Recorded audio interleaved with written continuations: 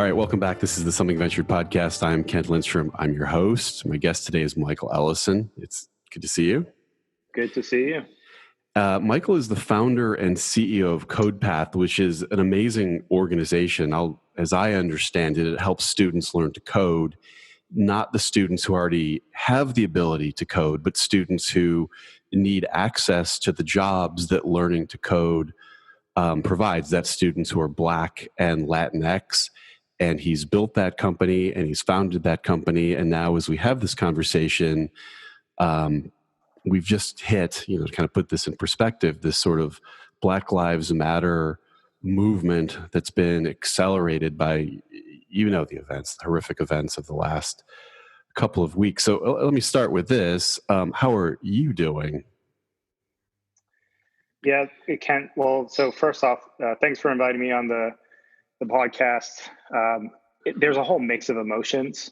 Yeah. And at Codepath, we actually now teach more Black CS engineers than any other single organization, including Howard University. Wow. So even this past week, we had hundreds and hundreds of Black computer science students start our courses. And immediately we heard about the trauma that they were facing. They're extremely disappointed that so few companies in the early days were making statements and expressing a position when they were feeling real trauma, real hardship. They're trying to figure out how to deal with this. And this, when so many students already perceive that tech is racist, that they don't belong there, that they're going to need to put their battle armor on to even complete their first day of an internship or a program. So lots of mix of emotions, but also, very encouraged and optimistic because I feel like this time it's different, especially when you're looking at the community of allies who have stepped forward. And I can't even tell you how many conversations I've had where people who previously it was an invisible issue now are like, hey, you know what? I've kind of learned, I want to learn more. I want to see what I can do. I want to understand whether or not my actions are going to promote long-term sustainable change. Yeah.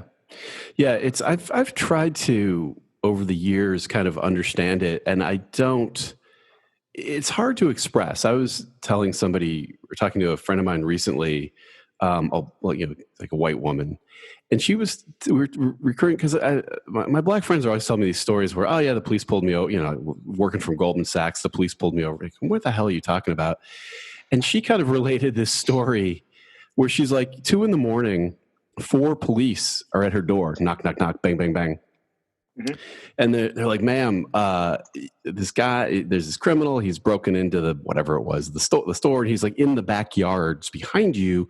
Can we come through? Mm-hmm. And she's like, oh, geez, terrible. Oh yeah, come on through.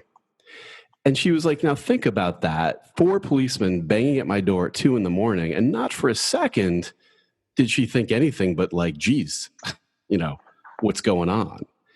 Mm-hmm. And it's just like, you get you get it, you see it, but it's hard, like you don't feel it. So it is interesting that a bunch of white people now are at least trying to get it in some way. Well, Ken, it's like you can't, no matter how successful you are as a Black person, and there's a magnified, terrible, traumatic, fearful relationship with the police. So no matter how successful you are, you can't really escape this. So, I founded 6 different companies and feel very fortunate, have done a lot in tech.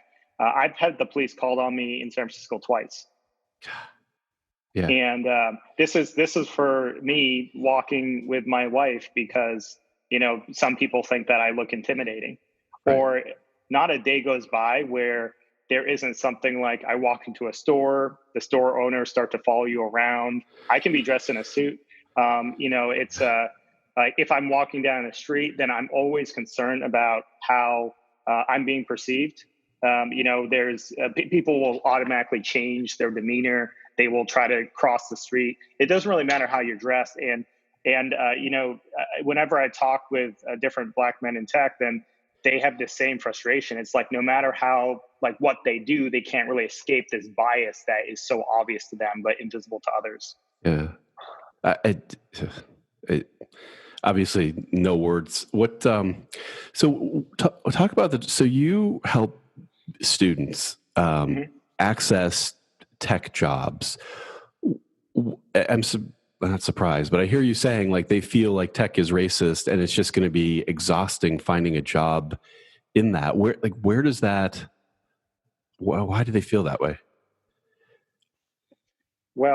Because so you're if so first off, when you're talking about black students in tech, then you're talking about students that they're already on the outside. They're not on the inside.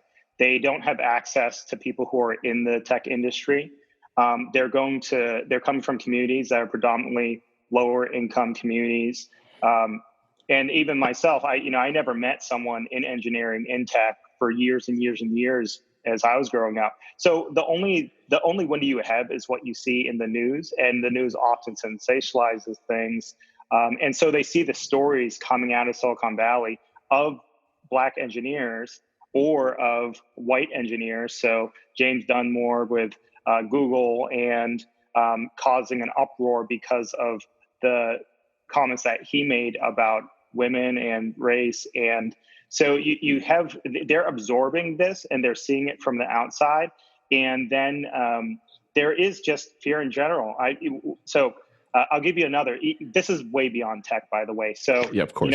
where I grew up in Maine, I lived in constant fear because I was attacked multiple times when I was growing up. I knew racist people in my town. There were white supremacist rallies. So, and then also my dad's experience. My dad actually grew up in South Carolina. His father was killed by Ku Klux Klan members when he was a kid. So through it's your parents, it's your grandparents, you just have this fear that you're not safe if you're in a predominantly non-Black environment. And tech is predominantly non-Black, and most places where you're trying to get to a position of power, it's non-Black. So this is something that I think it's rational that they would feel fear or that they would have assumptions, because that's been their experience, and that's been the experience of the Black community for generations. Right. So explain how Codepath works and sort of what the idea is, because I think it's fascinating. It's a nonprofit organization. Yeah. It's doing a very particular thing, obviously educating more Black engineers than anybody, for starters. Yeah. Yeah. So Ken, you mentioned before, yes, we help students get tech jobs. Yes, we are focused on diversity, on women and underrepresented minorities, but there's something that you left out, which is our goal is actually to create systemic change that allows for students from these backgrounds to not just get a job, but actually to reach engineering excellence. So the Codepath programs, we integrate our existing curriculum and programs, hundreds of hours of curriculum, directly inside of 4-credit computer science programs. Howard University, Alabama A&M, we will work with their professors, not charging the professors or students anything, and we're literally rewriting the hundreds of hours of curriculum freshman, sophomore, junior, senior year, but we are also adding extra layers of support that didn't exist in the classroom.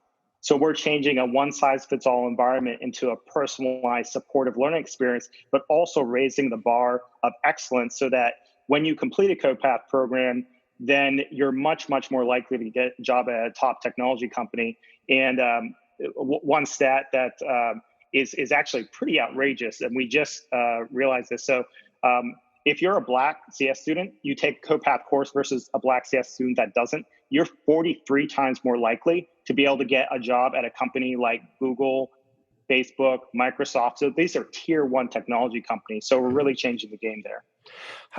And how do the students, what's wrong with them just going to college and majoring in CS? Like, why do they come out? I mean, there's the thing where law students, I think somebody did this test with law students in California where they asked them, they'd been through 3 years past the bar. They said, how do you incorporate a company in California? And they didn't know, like most students didn't know. Is it something similar that's going on? Yeah, there's a couple of big gaps on college campuses. So Number one, you have the introductory computer science series, the first year of engineering courses. They're not designed for beginners. They're designed to weed people out. And so when you're coming in from a background where you didn't take CS in high school, you didn't know engineers growing up, you didn't program previously, then the odds are already stacked against you. So number one is that you are not likely to be able to even get into the CS program, succeeding the CS program, leading to this massive attrition.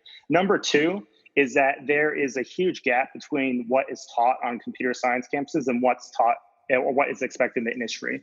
Most CS professors have never worked in the industry. And so then if you imagine someone who just has no context, their goal is for you to become a professor. So you're still in computer science, but you don't know how to build a web application after 4 years going to Berkeley. And this is affecting even great schools where they just don't teach the practical software engineering. They update their curriculums once every 5 years or decade, right? And the speed of tech is like changing in every like month by month. And then there's a last issue, which is that say you do make it through and you do persist and you do take advantage of all available resources online and you're actually a really proficient coder. Well, guess what? You're still invisible to tech companies. We have a student that is in our program, Peter Akala from went to College of Southern Nevada Community College and then transferred to a 4-year institution. So he told me a couple months ago, Black people don't get internships. And at the school that he attended, tech companies don't reach out to them. And so he applied to all the tech companies and never heard back. And he just assumed, great, well, you can't get work and I'll just wait till I graduate. Now, this student also, he was so advanced, he took every single computer science course that his school offered. And because of their shortage of CS professors, he started to help to teach courses because he was more advanced than any of the other students. So companies tend to recruit from a subset of elite schools, and they leave out the majority of students that could potentially make it into their tech companies, even if they have the skills. What of entrepreneurship? Someone like that, the Mark Zuckerberg story, which is probably, apropos of nothing, but a Black student starting their own thing in college, is that even something they would think about in the same way that Mark Zuckerberg would? Or well, you know what, like the Black community is very entrepreneurial, and we see one of the top reasons why students are interested in Codepath is because they want to start companies and they want to build applications. There's a gap with their exposure and support and the pathways, but they're very excited about that. And we even see more fundamentally a desire to just want to do better. You're a first generation college student. If you have an internship over the summer, you're suddenly the biggest breadwinner oftentimes. And that is, that's pretty incredible. So there's an economic motivation here where students are like, well, why am I majoring in tech? Why am I majoring in CS? Well, because I heard I can make a lot of money. I'd love to start a company. So that's actually very strong. We just need to create the right pathways for these students to realize their potential. Right. So as backing up to when the COVID crisis hit, so across the country, you've got, in touch with hundreds, thousands of Black CS students. How did that affect them, like financially and health-wise, for starters? Well, COVID has hit the Black population very, very hard already. Black Americans tend to have more health problems with high blood pressure, diabetes, making them more likely to be susceptible to a virus like COVID. And then you also have the double issue of having poor health resources available to them in their communities, lower insurance. And so you end up having COVID that had a pretty big impact specifically on not just Black communities, especially Black communities, but also Latinx communities of color generally. And then from a financial standpoint, you have Black people are on the front lines. And there's it's it's kind of like you're last one in, you're first one out. Right. When it comes to, people think about diversity, people think about these internship programs, these early career, these apprenticeship programs meant to help to support. We were seeing a lot of momentum prior to COVID. And then suddenly we saw massive cancellation. So Codepath, we had 22% of our students, we surveyed 1,700 in the past year, 22% reported canceled internships. So you're the last one to get access to the opportunity. You're the first one to be cut out of the opportunity. We also were seeing surveying about a dozen Black HBCU presidents, historically Black college and university presidents, estimating around 15% plus of their students don't have access to internet or to computers. So they can't participate in the online learning, which schools had to adopt and had to be forced into. And we saw that with our own population. We were trying to figure that out as we were helping schools to move online. Right. And so as you look at the broader movement, and we'll kind of get to what Silicon Valley kind of needs to get right. As you look at this broader movement, is it different this time, or is this going to be, the thing we were doing in May of 2020 and June of 2020, and then come March or, March of next year, it'll be something else? Like what's your feeling of the people in the streets? Well, I sure hope it's different. And I think there's people are reacting emotionally, which is not bad, because they're donating. There's companies making statements and making pledges. But the question of whether it's going to be different isn't the right now. It's the 3 months from now, and it's the year from now, and it's 3 years from now. Yeah. So emotionally, you want to do something. Great. You should do something. You should donate. You should, if you're a white person and you want to speak to help to tell Black people in your company that you support them, great. That's fantastic. We need a lot more of that. If you want to talk to your friends, white friends, and tell them like, hey, what you said is kind of racist. I know you may not think so, but when you say, I'm not trying to be racist, but you probably are saying something racist.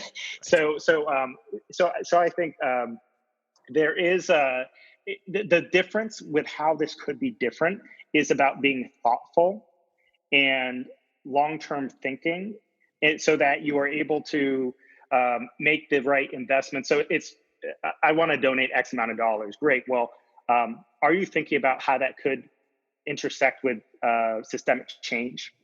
Are you being thoughtful about how we can change something in our society fundamentally, or inside of a tech company, or on a college university campus, the K through 12 education pipeline? Are you being thoughtful about how a year from now, 2 years from now, three years from now, we're actually increasing the opportunities? And I have yet to see something. I wouldn't expect to see something at this point, but I think that my greatest point of optimism comes from, I think it's possible that we're going to see some big initiatives that last 3, 4, 5 years plus that trigger even more to happen by 2021, if not sooner. Right. And is it okay to draw this line? Because I kind of realize there's something of a non sequitur where we say, well, police are killing Black men, and then we're talking about educational opportunities for students, which is, a different thing. It's related. Like, is it okay to say, look, I don't have any control over that issue, so therefore I'm going to work on the issue that's in my domain that I can maybe do something about? Is that a fair thing to do, or should everybody be focused on the police? I'm really glad you brought this up, because there should be a focus on police, and in the moment, and in the next couple of years, of course it should be top of mind. But let's talk about the Black community and how we can make this to not be something that only, donation support, we don't want it to only happen when suddenly something horrific happens. Right. So how do we make sustainable change occur? We make that occur by making our politicians and our influencers and the people in power across all these companies look like the people in these communities, come from the backgrounds of the people from these communities. And so then my call to action is, let's fight racism by creating pathways to power and influence. So even though it may seem like it's not connected, the police are part of a system. An individual police officer, an individual who's racist, there's a whole bunch of events leading up to that made them act in that way or continue to act in that way. So I don't believe that we're going to have sustainable, lasting change until we change the power dynamics in this country.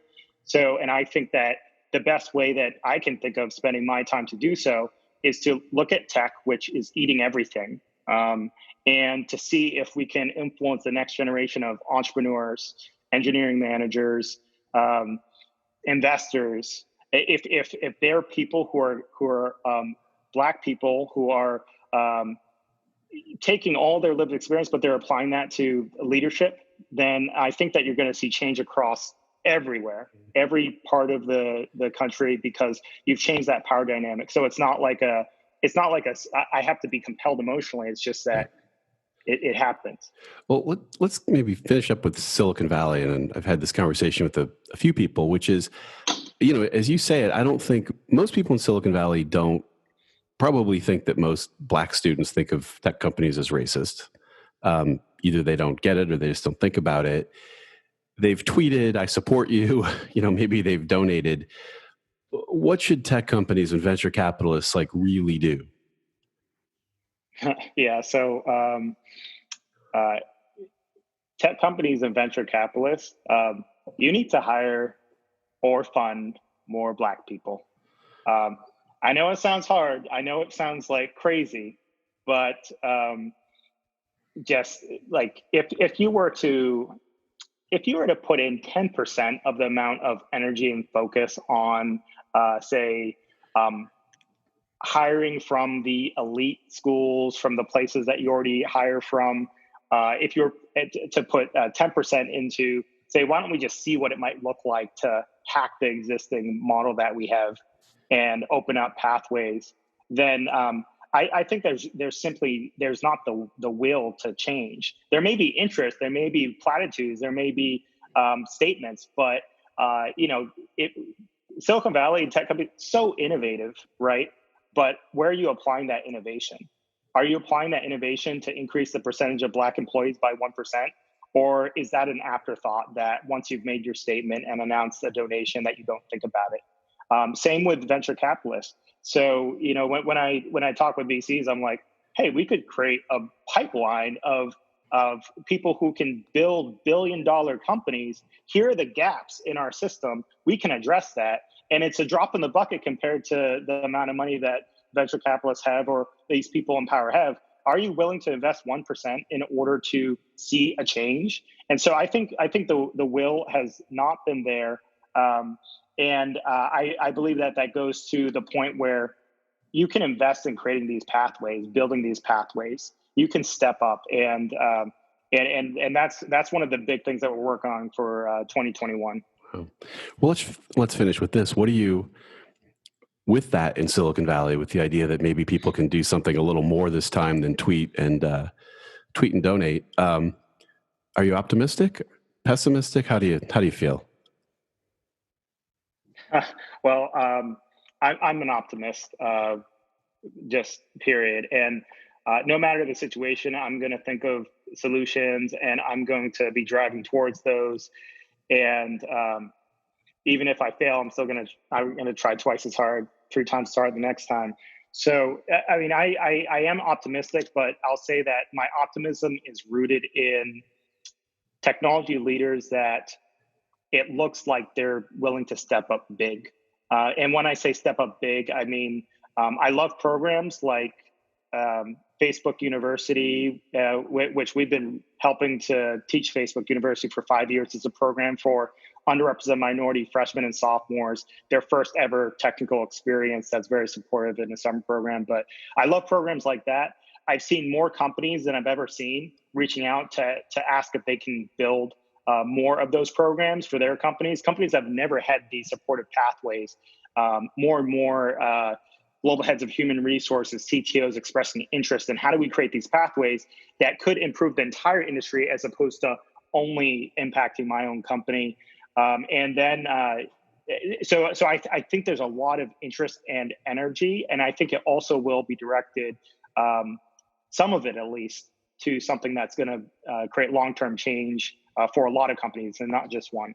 That's great. So how do people find you or find Codepath or follow you or get in touch with you? What's your preferred method? Yeah, I mean, hey, you can just email me, michael@codepath.org. Codepath.org is LinkedIn, would also be a good way to just follow a lot of stuff that we're doing. But yeah, I'm pretty open, and I try to be pretty responsive. Happy to chat with anyone who's just trying to look for solutions. The most critical thing for us right now is we have so many hundreds and hundreds of Black computer science students that we've put through hundreds of hours of programming over multiple years. We have more students that need job opportunities than we have companies we're working with. So that's one of my top goals right now, is find companies that want to work with us and want to hire Black computer science students who are also quite talented.